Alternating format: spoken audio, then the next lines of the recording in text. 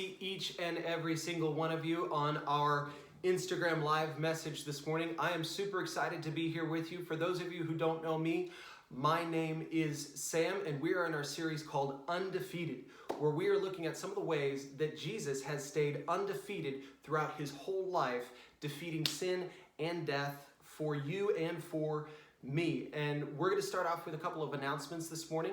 First things first, as you all are waving to me, hey, what's up, everybody? I want to make sure that this is a fun place to be. Even though we're not in room 405, we're in my kitchen.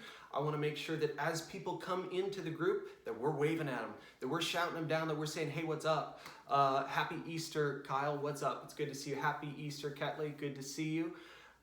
So that we can make sure that this is a welcoming environment.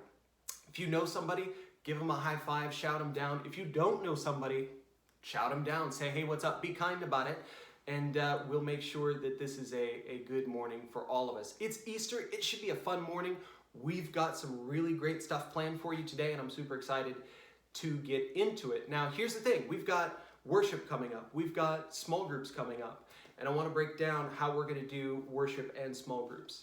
Andrew's going to be here in a few minutes to sing for us and lead us in a time of worship. But then directly after my message and after worship, we're going to go into small groups, which are our Zoom small groups. So if you haven't yet been a part of one of our Zoom small groups, what it's going to look like for you this morning is downloading the Zoom app. So go to your app store, download the Zoom app, create an account, and then send us a DM on our page, on our Instagram page, saying, hey, I need the links to the small groups because we want to see you in small groups. We want to connect you to a small group today, that is for sure. The next thing that we're going to do is we are going to invite our friends. We're going to invite our friends to church today. Just because we're on Instagram Live does not give us an excuse to not invite our friends. Here's how you're going to do this though. You see the little arrow down there. The little arrow down there. Wave at me, give me a thumbs up if you see the arrow down there. Awesome, good. I like to think of it as a little paper airplane because we're sending out invites. Also, my uncle made really good paper airplanes. I did not. So it looks like a really good paper airplane. Hit that little arrow down there, send it to the top 3 or 4 people that come up right away, and they will be invited to join us for Easter service here at the Movement Instagram page. Make sure to do that because we want to see as many people in here experiencing Jesus' love and our series Undefeated as humanly possible. There's no limits to what can happen this morning. So I tell you what, let's dive into our series. Let's dive into our message really quick, and then we'll get you to your small group on Zoom.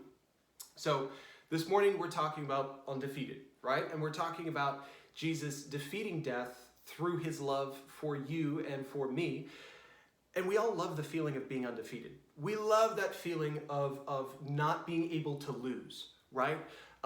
Maybe for us, that feeling is being on an undefeated sports team, or maybe it's finally finding the right shirt, or finding pants that actually fit, or walking outside and going, my hair isn't completely destroyed by the humidity, and I know that I look good. Nothing can stop me today. I look good.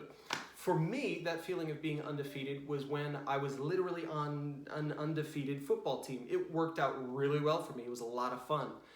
We had never been scored on the whole entire year until the last game, the game before the state championship. And we got scored on twice. And we only scored once, which means what? We got defeated. And it was a sad time. It was tragic in my 8th grade mind. I had big tears streaming down my face after the clock hit triple zeros. I was devastated, and so were the rest of my teammates. There wasn't a dry eye on the field. We were all weeping and beside ourselves. Grown men were crying. Our coaches were like, I'm so sorry this happened. It was a tragedy in my 8th grade life, and it didn't feel good.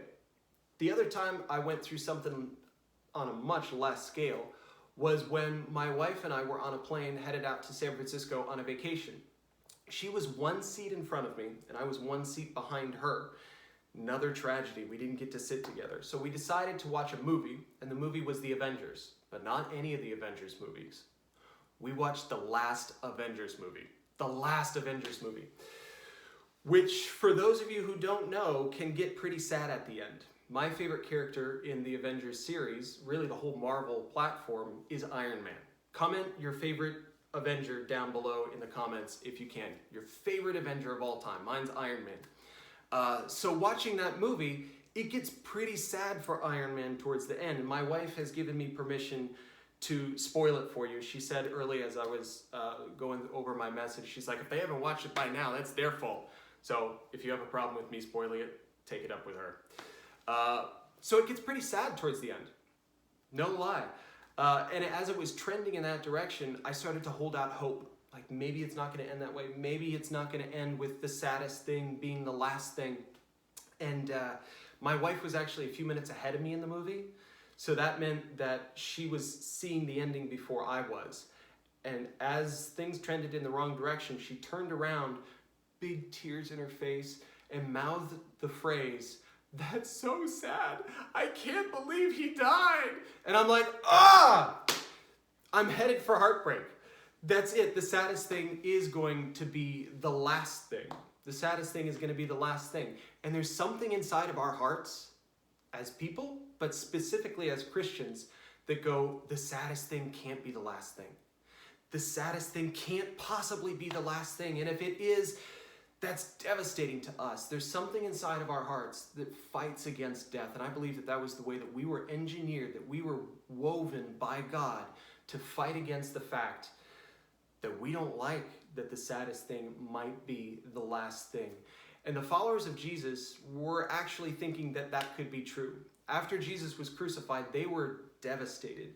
And they thought the saddest thing might be the last thing until they got to see Jesus on Easter Sunday and have a conversation with the risen Jesus. Can you imagine that? Going through, maybe we wasted our time, maybe this was all a hoax, and then boom, Easter morning happens, and you get to talk face to face with Jesus. That was absolutely awesome for them. And for them, it validated, okay, everything we did was worth it. And so for us, as movement, we get to look back on that and celebrate Easter and go, they had to hope that it was true. We get to know that it's true. So for us, as followers of Jesus, it means this, that we get to look at scriptures in 1 Corinthians chapter 15 like this. It says, death is swallowed up in victory. O death, where is your victory? O death, where is your sting? In other words, it doesn't even hurt like it should hurt. It doesn't even hurt like the way we would think it would hurt. For sin is the sting that results in death. But thank God he gives us victory over sin and death through our Lord Jesus Christ. So what does this mean for us as followers of Jesus? Well, it means that things like Romans 8:11 is true for us. It means that the Spirit of God who raised Jesus from the dead lives in you and in me. If you're with me, movement, say me. He lives in me. Comment, he lives in me. He will give you life to your mortal bodies by the same Spirit living within you. Now here's the thing. That's what we've been missing lately. If I can be really, really honest. We've been missing the full experience of life. We've been missing the full expression of life because of quarantine, because we're stuck inside the house, because we're not able to go to school, because we're not able to do the things that we normally would do. We know what it feels like to miss out on the fullness of life. We know what it's like to miss out on having hallway conversations with friends at school. We know what it's like, or we're missing out on what it's like to look forward to the weekend, to look forward to the fact that we might get to go out with friends and go to the movie theater or see a show that we like with friends. We're missing out on that. And we can feel that we're missing out on living life to the fullest. We miss the fact that something unexpected might happen that's really good. And if I'm being completely honest, we're afraid that this might last longer than we want it to. We're afraid that the things that we've missed out on, we won't get back. And that's why during times like this, we cling to scriptures like 1 Corinthians 15, like Romans 8:11, is because what happens when we reflect on Easter is we're reminded of the fact that the saddest thing is never the last thing for the people of God.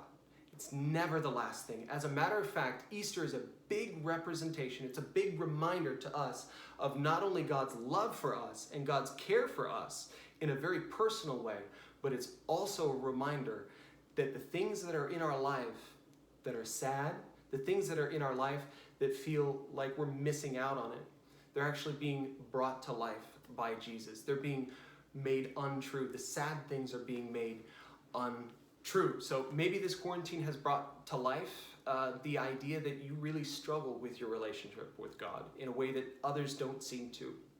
Maybe you feel like, it's really revealed that I have kind of an inability to get along with my family.